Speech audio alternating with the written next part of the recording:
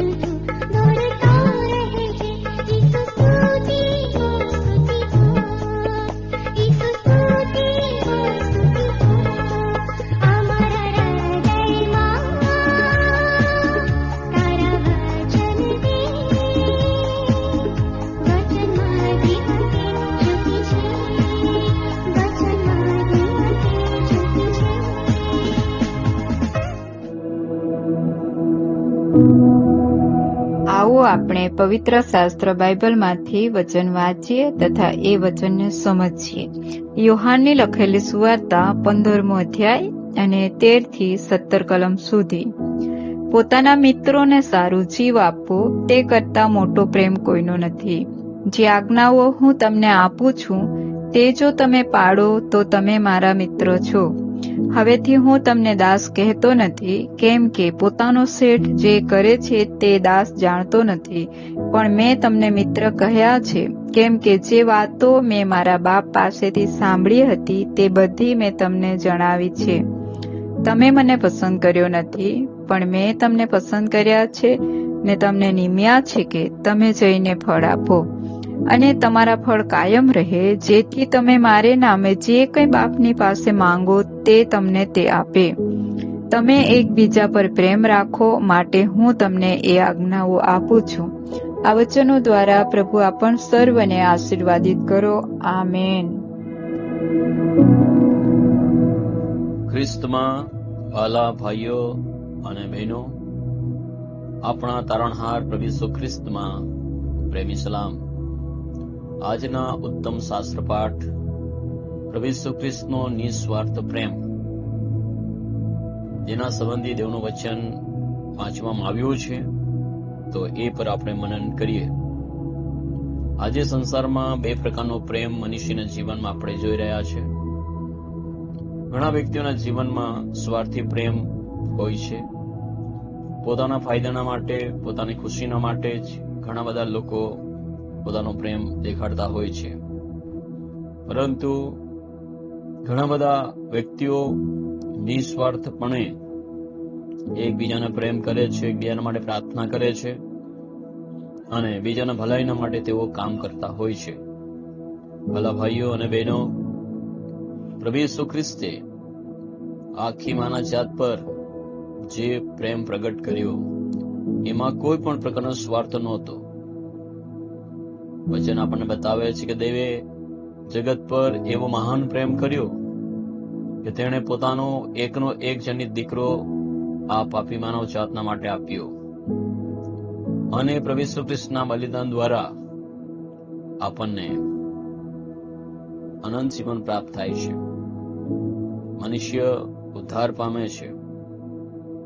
પ્રભુ ઈસુ ખ્રિસ્તે કહ્યું, પોતાના મિત્રને સારો જીવ આપવો તે કરતા મોટો પ્રેમ કોઈનો નથી. શું તમે આજે પ્રભુના બાળકો હોવાને નાતે પોતાના પરિવારને, મિત્રોને, મંડળીના સભ્યોને, તમારા સમાજને શું તમે નિસ્વાર્થપણે પ્રેમ કરો છો? જો તમે એ પ્રમાણે કરો છો તો તમે દેવના ઉત્તમ બાળકો છો. પ્રભુ ઈસુ ખ્રિસ્તની આજ્ઞાનું તમે પાલન કરી રહ્યા છો અને પ્રભુ ઈસુ ખ્રિસ્ત તરફથી તમને જે ઉત્તમ આજ્ઞા મળી છે અને એ આજ્ઞાનું જેઓ પાલન કરે છે તેઓના માટે પ્રભુ ઈસુ ખ્રિસ્તે કહ્યું છે કે તેઓ મારા મિત્ર છે. ઘણા વ્યક્તિઓ એવું બતાવવા માંગે છે કે મેં દેવને પસંદ કર્યો છે, પણ એવું નથી. વચનમાં આપણને શીખવા મળ્યું કે તેણે આપણને પસંદ કર્યા છે. તમે દેવથી પસંદ કરાયેલા છો. દેવ તમારી પાસે જે અપેક્ષા રાખે છે, કારણ કે દેવે તમારી નિમણૂક પણ કરી છે કે તમે જઈને ફળ આપો. તમારા વ્યવહારિક જીવનમાં ન્યાયપણાના ફળ દેખાવા જોઈએ. મારા વાલા ભાઈઓ અને બહેનો, પવિત્ર આત્માનું ફળ તમારા જીવનમાં દેખાવું જોઈએ. નાશમાં જતા આત્માઓ તમારા પરિવર્તન થયેલા જીવનને લીધે, તમારા નિસ્વાર્થ પ્રેમને લીધે, તમારા સાક્ષીને લીધે તેઓ પ્રભુને ઓળખવા જોઈએ અને તેઓ સ્વર્ગ રાજ્યના અનંત જીવનનો વારસો પામવા જોઈએ. એવા ફળની અપેક્ષા પ્રભુ તમારી પાસે રાખે છે અને તમારા ફળ કાયમ માટે રહે. તમે સંસારની અંદર છો ત્યારે પ્રભુના માટે ઉત્તમ ફળ તમે લાવો. ઈશ્વર તમારી જરૂરતને પૂર્ણ કરશે. તમે આનંદ સહિત જીવન જીવી શકશો. તમે એકબીજા પર પ્રેમ રાખો. પ્રભુ ઈસુ ખ્રિસ્તની આજ્ઞા છે. તે આજ્ઞાનું જ્યારે તમે પાલન કરો છો અને ત્યારે તમે આશીર્વાદિત બનો છો. પ્રભુ ઈસુ ખ્રિસ્તના વચન દ્વારા પ્રભુ તમને પુષ્કળ આશીર્વાદ આપો. આવો આ સમયે આપણે વચનના પ્રકાશમાં પ્રાર્થના કરીએ. અધિમોચ્ચ અને ઉન્નત રાજ્યસન પર બિરાજમાન આકાશ અને પૃથ્વીના સર્જન કરતા મારા જીવંત ઈશ્વર પિતા, આજના સુંદર સવારની ભેટને માટે અમે તમને ધન્યવાદ કે તમે તમારી સ્તુતિ અને તમારી પ્રશંસા કરીએ છીએ. તમારી આરાધના, તમારી સ્તુતિ કરીએ છીએ. તમે પવિત્ર, ન્યાય અને નિસ્વાર્થપણે પ્રેમ કરનાર નિષ્કલંક ઈશ્વર છો. તમે સૃષ્ટિના સર્વ લોકોને નિસ્વાર્થ પ્રેમ કરો છો. તમારી ઈચ્છા એ છે કે કોઈનો પણ નાશ ન થાય અને પૂરી માનવજાત પૃથ્વી પર સર્વ મનુષ્ય ધારણ પામે, તેઓ નાશથી બચી જાય.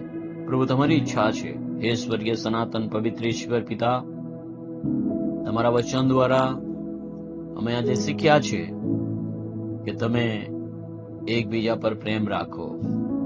હે પ્રભુ, અમે એકબીજા પર સાચો પ્રેમ રાખીએ એવું મન તમે અમને આપો, એવી સમજણ તમે અમને આપો કે અમે બીજાને નિસ્વાર્થે સાચો પ્રેમ કરીએ અને એ પ્રેમ કાર્યની અંદર પ્રગટ થાય એવી કૃપા અમે તમારી પાસે માંગીએ છીએ. એ સ્વર્ગીય પ્રભુ, તમારા મહિમાના માટે અમે એક ઉત્તમ સાક્ષી બનીએ અને પ્રભુ સારા ફળો અમે લાવીએ અને ફળવંત ખ્રિસ્તી જીવન અમે જીવીએ. માટે તમે અમારી સહાય કરો.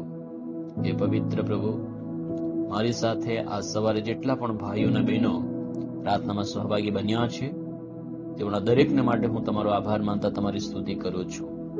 પ્રાર્થના કરું છું તો પ્રભુ તેઓના જીવનમાં નિસ્વાર્થ પ્રેમ આવે અને પ્રભુ સમાધાનની સાથે પ્રભુ તેઓ શાંતિપૂર્વક પરિવારમાં, મંડળીમાં અને સમાજમાં જીવન જીવે એવી કૃપા તેઓના પર તમે થવા દો.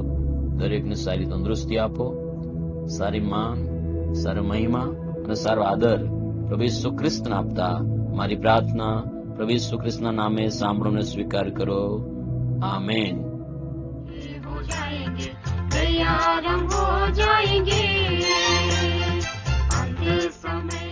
मसीह में प्रिय, विश्ववाणी प्रार्थना सेंटर में हमारे प्रार्थना योद्धा आपके लिए प्रार्थना करने को 24 घंटे उपलब्ध है.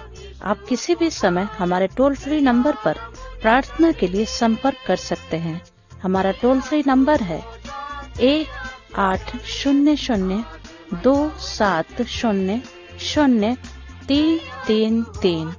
प्रभु आपको आशीष दे.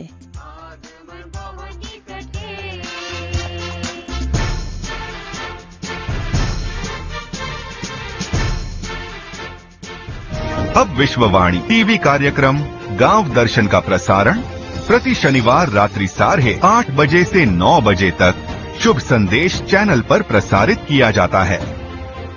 आप सभी सह परिवार इस कार्यक्रम के द्वारा आशीष को प्राप्त करें।